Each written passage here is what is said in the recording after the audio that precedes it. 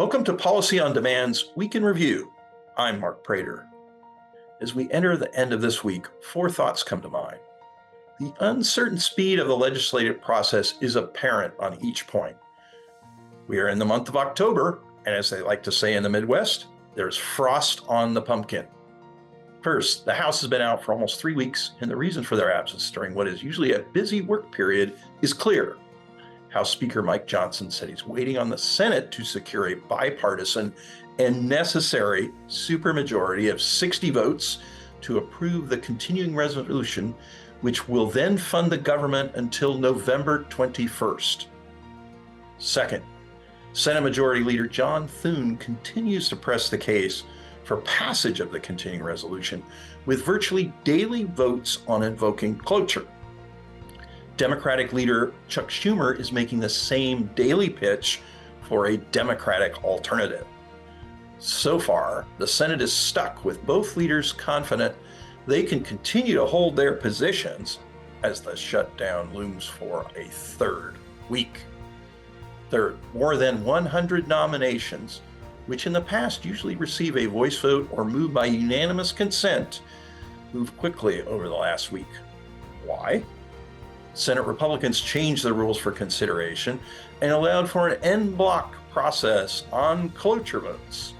Fourth, for the first time in several years, the bicameral appropriations process has been churning through its multi-step process to the point that both bodies have vehicles for an end game. Ironically, the appropriators will have to wait until the shutdown over appropriation spending is resolved. Each of these four episodes shows that Congress can move not at all, at a glacial pace, methodically, or very quickly. So what are the chances of a wrap-up tax bill rising when the shutdown ends?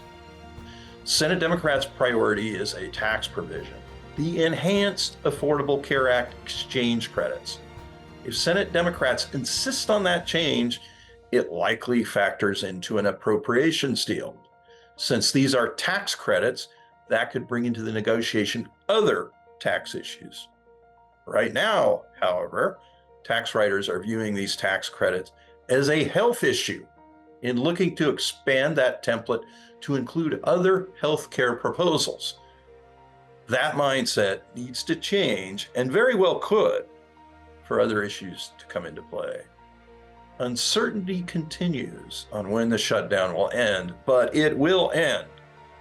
At that point, the legislative mill will resume grinding through the appropriations issues. In the meantime, the Treasury Department will work through the long list of priority guidance released a few days ago.